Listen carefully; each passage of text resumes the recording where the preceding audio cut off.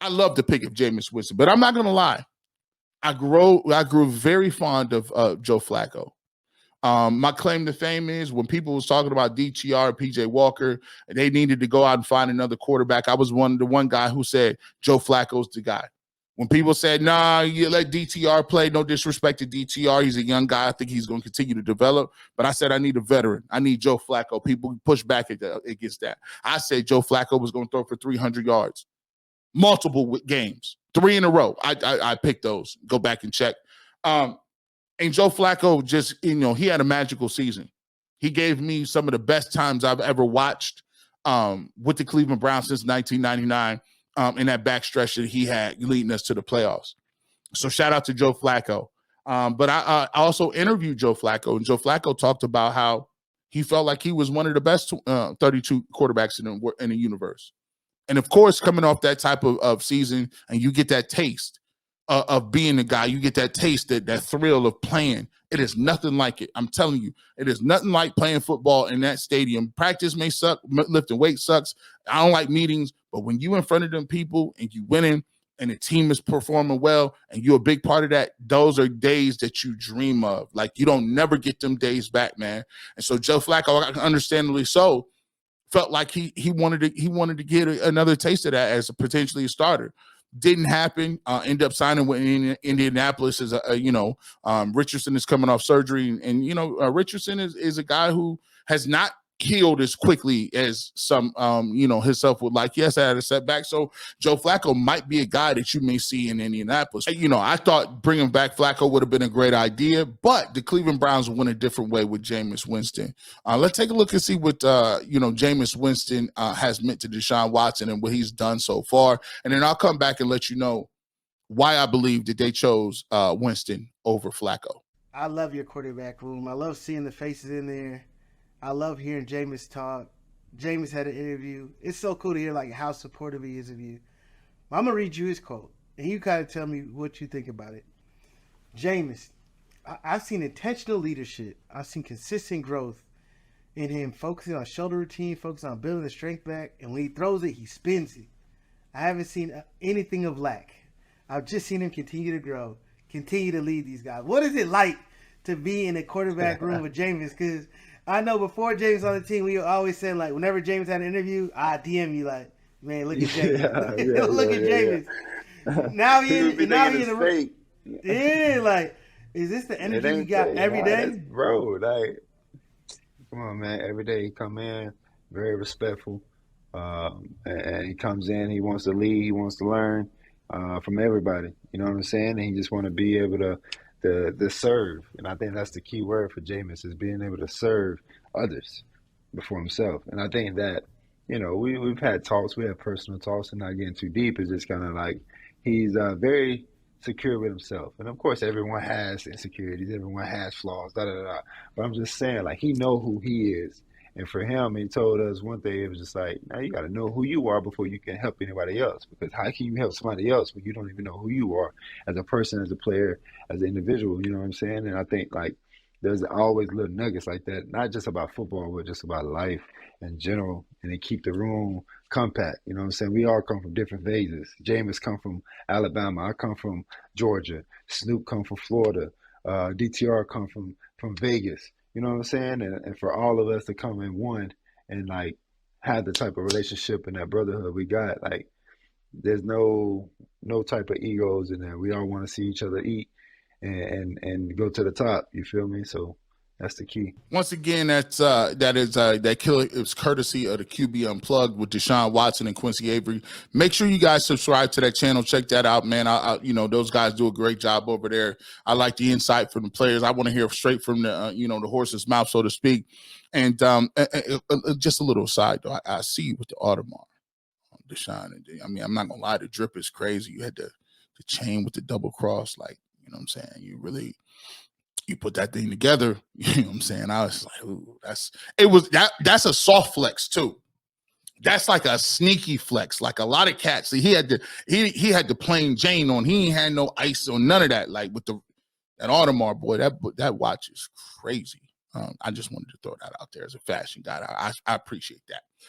But yeah, with Jameis Winston, you gotta think about it like this, man.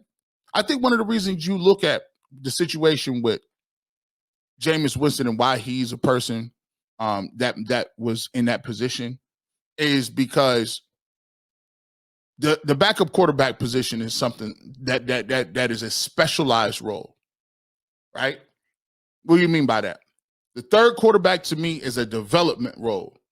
Your job is to develop and see what you got and continue to get better as you continue to grow, right?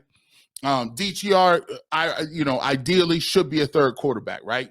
But I think because of the Browns and the way that the Browns are aggressive, they wouldn't got Huntley, which is like him as your third quarterback. They putting the pedal to the metal, because if Deshaun go down, they got two quarterbacks that can win them football games. Big time. They can win games. Like they can do some stuff. But the reason they got Jameis Winston in there as the backup quarterback, because your goal as a backup quarterback is not only physical, but it's spiritual and emotional. You are a support character. You are a secondary coach. You are a guy that is designed to be a guy that you don't need the reps. You need to be able to come in, absorb a playbook, and at a drop of a hat, I could go in and win 2 to 3 games if the guy backup goes down.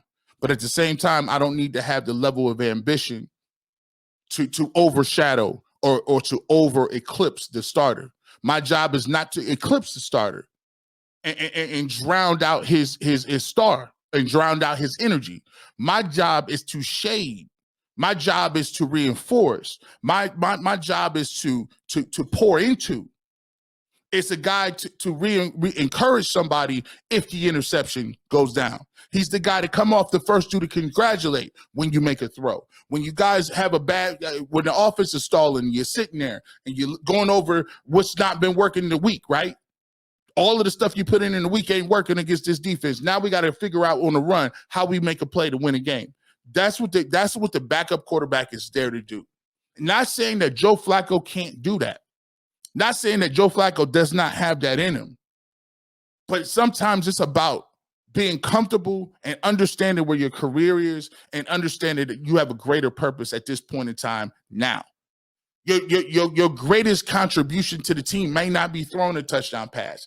Your greatest contribution to a team could be, I'm making sure that Deshaun Watson is ready to go and he in a good mental space to get us to where we need to be at, right? Maybe my job is a mentor. See, sometimes you do never know in life when your time is done and when you're over. You don't know when and why you're around people or why you're in that person's life. Everything ain't forever. And one day, the good Lord gonna call you back home and he gonna say, your job is done, right? And so you don't, when you're on earth and wherever you're here, your job is to do and leave a place better than when you came. And when you look at Deshaun Watson, you look at Jameis Winston, just the rhetoric. Jameis Winston is a first overall pick in this league. He understands the pressure that comes along with it. Jameis Winston has had the ups and downs. Jameis Winston has had the situation in college where everybody was, on him for the crab legs and different things like that. He's been a part of some controversies. And he's also been a guy who has had redemption in this league. So that is the reason why Jameis Winston is the backup quarterback, because it's more about the room rather than the individual. And there's a lot that goes into the room, and I love the way Andrew Berry did it. He not only got a guy that can throw 40 touchdowns and throw, he throws some picks too, but he's not afraid to make those throws. He's not afraid of the moment. And at the same time, he's also isn't afraid to take a back seat to a guy for the greater vision of the team. And the great part about it is, I'd rather talk to Jameis Winston than Deshaun Watson. Deshaun Watson can give me the coach speak. I just had to look at the film. I want to talk to Jameis. Jameis can deflect a lot of that. He could deflect a lot of the stuff that happens on a day-to-day when, can you imagine Joe Flacco? Joe Flacco is a straight shooter. He's like, I've been in this league forever. Like you ask him a question, he might give you a real answer. Shout out to Joe. Sometimes you don't need that real answer, right? So I think the mix is brilliant. I thought the mix. I love Huntley. I love DTR. I love the mix in general. All of them bring something different to the table. I love the fact that Deshaun said they're from different places, different personalities. But at the end of the day, all four of them see eye to eye, and they all understand what it is. We want the best for each other, and I think that's why this quarterback room has a potential to be special and is part of Project Stockpile.